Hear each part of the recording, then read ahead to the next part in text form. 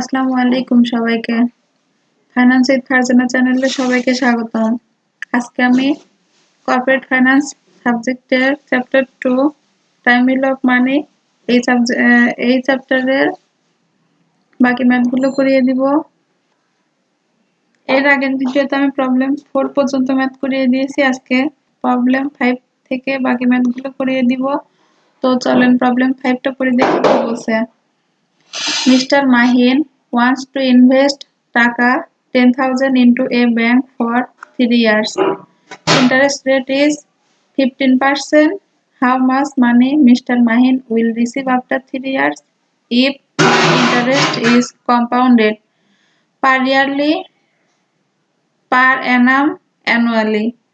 এই তিনটা একই কথা। পরবর্তীটা দেখেন হাফ ইয়ারলি কিংবা সেমি অ্যানুয়ালি বলা আছে। আমাদের এখানে ম্যাথ সলিউশনটা দেখে নেই। এভি এর মান বের করতে বলছে।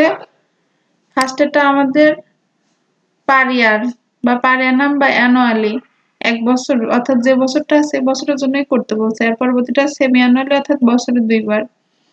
তো ফার্স্টেরটা দেখেন কি করছি, সূত্র AV is equal to PV into 1 plus r to the power N.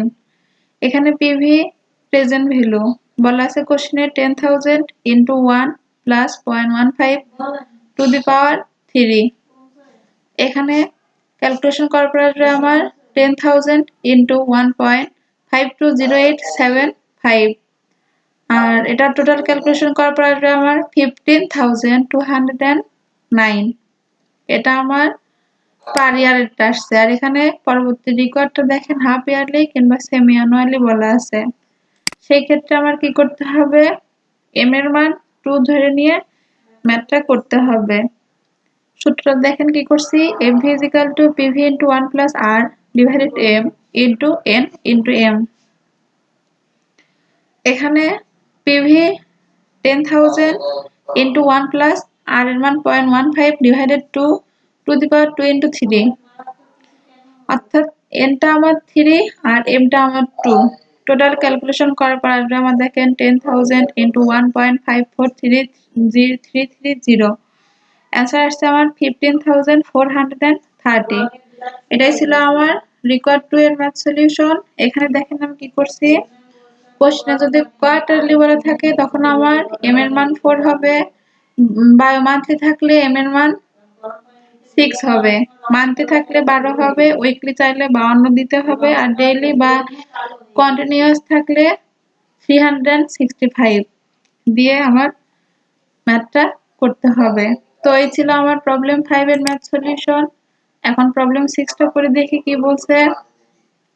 Problem 6, the Dhaka Bank pays 8% interest compound quarterly. What is the effective interest rate? EIR বের করতে হবে।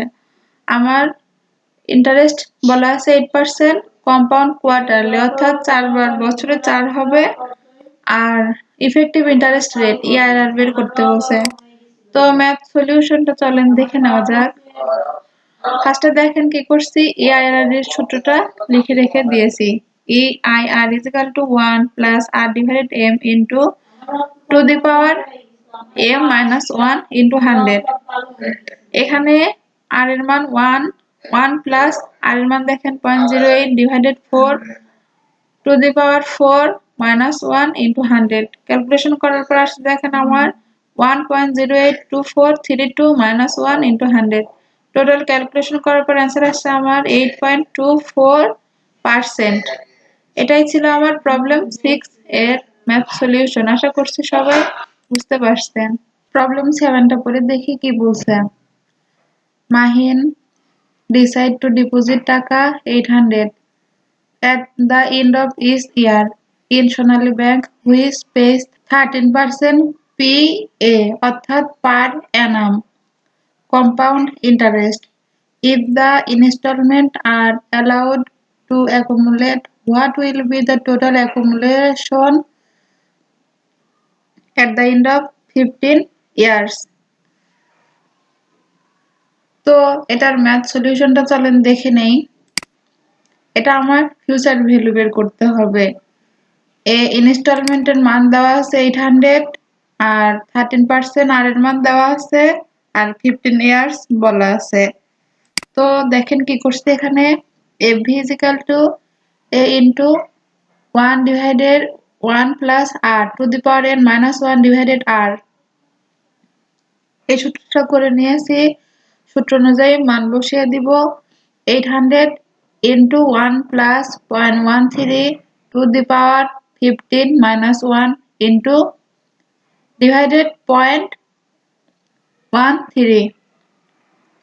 এটা ক্যালকুলেশন করে আসবে আবার দেখেন 800 আর এখানে আসছে 5.2543, অর্থাৎ এটা সম্পূর্ণ ক্যালকুলেশন করলে আমার এই অ্যামাউন্টটা আসবে ডিভাইডেড 0.13। এখন দেখেন 800 ইন্টু 40.42, এখানে আমি ইন্টু দিয়ে ওই ইন্টু 100 করছিলাম, কিন্তু এফভি টাকাতে আসবে, পার্সেন্টেজ কখনো হয় না ফিউচার ভ্যালু, এই জন্য এগুলা কেটে দিয়ে এইভাবে করছি। দেখেন টাকা বের হয়েছে আমার 32,336। তো এটাই ছিল আমার প্রবলেম 7 এর ম্যাথ সলিউশন। আশা করছি সবাই বুঝতে পারছেন। প্রবলেম 8টা পড়ে দেখি কি বলছে। রহিম open a DPS account for next 4 years at deposit টাকা 2000 at the each month interest rate 15%. Calculate the amount of the account after 4 years. আমার এখানে calculate the amount of the account after 4 years, অর্থাৎ আমার এখানে future ভ্যালুটা বের করতে হবে। ডিপোজিট দেওয়া আছে দেখেন, আবার আর এর মান দেওয়া আছে, এন এর মান দেওয়া আছে। তো ম্যাথ সলিউশনটা দেখে নেই। দেখেন কোশ্চেন অনুযায়ী আমি সূত্রটা বসিয়ে নিয়েছি। FV is equal to A into ওপরে দেখেন 1 plus R divided M to the power n m divided minus 1 divided R divided M। এখানে m টা দিতে হবে 12। এখানে আমার m এর মান দিতে হচ্ছে, কারণ কোশ্চেনে বলা ছিল ইচ মান্থ, মান্থলি হইলে 12,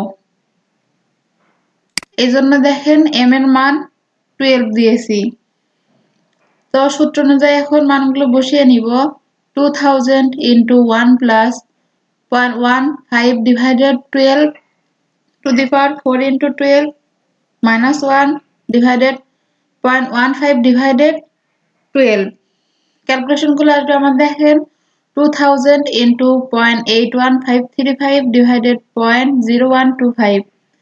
এই লাইনটা দেখেন কি করছে আমি 2000 into 65.228। টোটাল ক্যালকুলেশন করার পর আমার অ্যান্সার আসবে ফিউচার ভ্যালু টাকা 1,30,457। তো এটাই ছিল আমার প্রবলেম 8 এর ম্যাথ সলিউশন। প্রবলেম 9টা করলে এই চ্যাপ্টারের ম্যাথগুলো শেষ হয়ে যাবে। তো প্রবলেম 9টা পড়ে দেখি কি বলছে। দেখেন, suppose that you are planning to deposit টাকা 1000 in a bank in the beginning of every year for next 6 years. For the bank offers you 10% interest per annum. How much will be accumulated in your bank account at the 6th year? এটা আমার future value বের করতে হবে, মানগুলো দেওয়া আছে।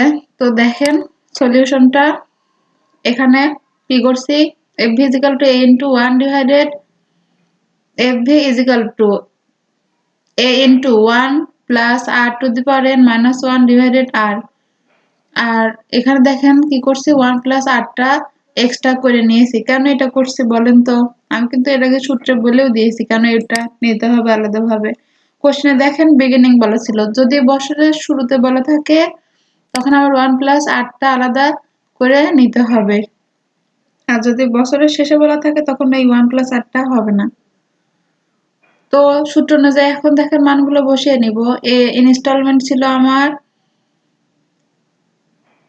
1000, bracket দেওয়ার পর এখানে দেখেন উপর কি করছে 1 plus 0.10 two the power 6 minus 1 divided 0.10 bracket close করে এখানে দেখেন 1 প্লাস 0.10 এখন এটা ক্যালকুলেশন করে নিব দেখেন কি করছি 1000 ইনটু এটা ক্যালকুলেশন করলে আসবে আমার 7.71561 ইনটু 1.10 টোটাল ক্যালকুলেশন করার পর অ্যান্সার আসবে আমার টাকা 8487.17।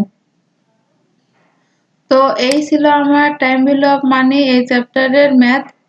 আমি সবগুলো চ্যাপ্টারের ম্যাথ করার পরে বোর্ড কোশ্চেন এখানে সলভ করিয়ে দিব।